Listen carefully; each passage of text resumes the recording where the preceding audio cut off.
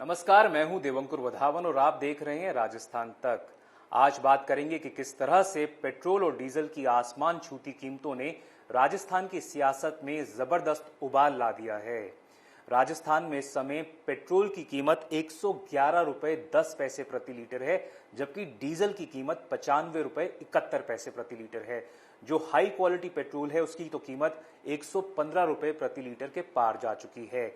ये इसके बावजूद है कि केंद्र की सरकार द्वारा 4 नवंबर से लागू एक्साइज ड्यूटी के तहत डीजल में 10 रुपए प्रति लीटर और पेट्रोल में 5 रुपए प्रति लीटर की कमी आई थी। प्रदेश की अशोक गहलोत सरकार कह रही है कि केवल केंद्र सरकार के उस फैसले से राज्य की सरकार को 1800 करोड़ रुपए के राजस्व का नुकसान हुआ है। उसका कहना है कि इसके बावजूद हम और नुकसान झेलने के लिए तैयार हैं और केंद्र सरकार को चाहिए कि वो दो काम करे।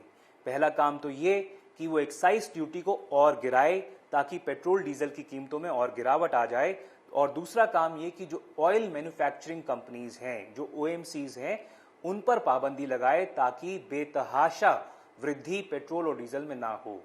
आज राजस्थान तक पर हम कुछ सवाल खड़ा करना चाह रहे हैं।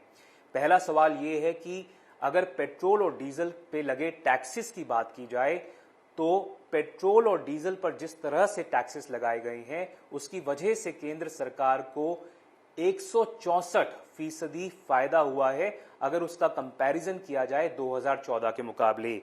अगर आंकड़ों की बात की जाए तो अगर 1.7 लाख करोड़ रुपए केंद्र की सरकार को पेट्रोल और डीजल या करंट साल की अगर बात की जाए तो सवाल ये खड़ा उठता है क्या इतना फायदा और टैक्सेस जो हैं, जो ज्यादातर फायदा है वो केंद्र की सरकार को इससे पहुंच रहा है।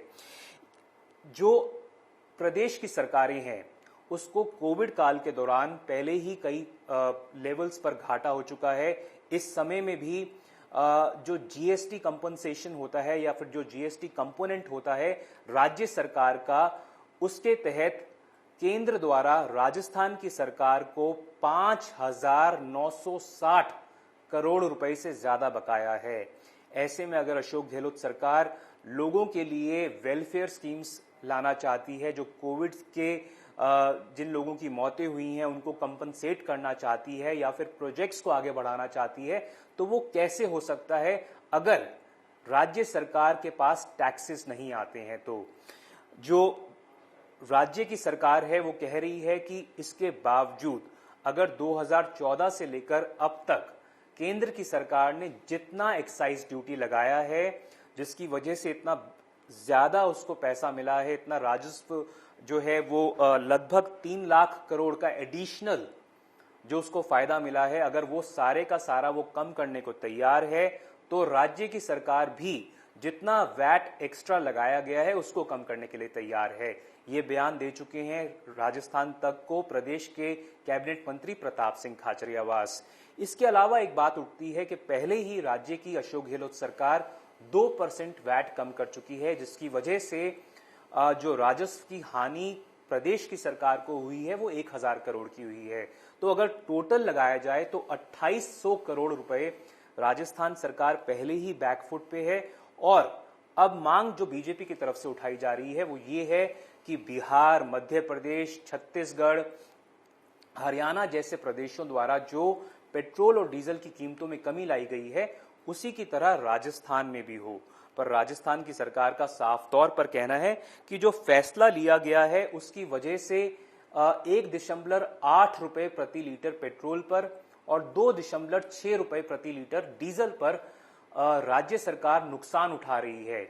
और अगर केंद्र की सरकार चाहती है तो उसी अनुपात में वो अपना जो एक्साइज ड्यूटी है वो कम करे, हम उसको झेलने के लिए तैयार हैं।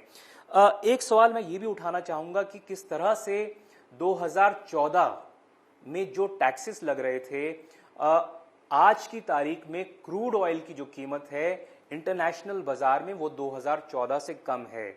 तो फिर क्यों इतनी वृद्धि केंद्र की सरकार द्वारा टैक्सेस पे की गई है? अगर ये बात समझनी बहुत ज्यादा जरूरी है कि 2014 के टैक्सेस के मुताबिक अगर आज की तारीख में पेट्रोल और डीजल की बिक्री हो तो पेट्रोल की कीमत 66 रुपए प्रति लीटर पहुंच जाएगी और डीजल की कीमत 55 रुपए प्रति लीटर पहुंच जाएगी। तो जो सवाल उठाए जा रहे हैं उसके लिए यह समझना जरूरी है कि किस तरह से केंद्र की सरकार द्वारा बार बार लगातार जब पेट्रोल और डीजल की कीमत बढ़ रही थी, कीमतें एक तरह से आसमान छू रही थी, उस समय कोई एक्शन नहीं लिया गया। और जब उपचुनावों में करारी हार मिली, राजस्थान में 2 जगह उपचुनाव हुए, दोनों जगह बीजेपी को करारी हार का सामना करना पड़ा और सवाल प्रदेश के नेतृत्व पर भी खड़े हो गए। उसके बाद ही क्यों केंद्र सरकार ने इस तरह से कीमतों को कम किया है? ये जो हफ्ते दर हफ्ते, महीने दर महीने लोगों पर कष्ट, लोगों को इतना ज्यादा बोझ जो उठाना पड़ा, और ना केवल पेट्रोल और डीजल की कीमतें बढ़ी, मानकर चलिए जो आपने सब्जी खरीदी बाजार में, जो आपने फल खरीदे, उसका उस पर भी जो रिपल इफेक्ट हुआ वो इसी पेट्रोल और डीजल की बढ़ती हुई कीमतों का हुआ। तो उस समय क्यों केंद्र सरकार ने यह फैसला नहीं लिया? क्यों दिवाली से ऐन पहले की वेट की गई? और जब चुनाव में करारी हार मिली और जब 5 राज्यों में विधानसभा के चुनाव इतने करीब आ गए, तब केंद्र सरकार ने जाकर यह फैसला लिया। राजस्थान तक के लिए मैं देवंकुर वधावन।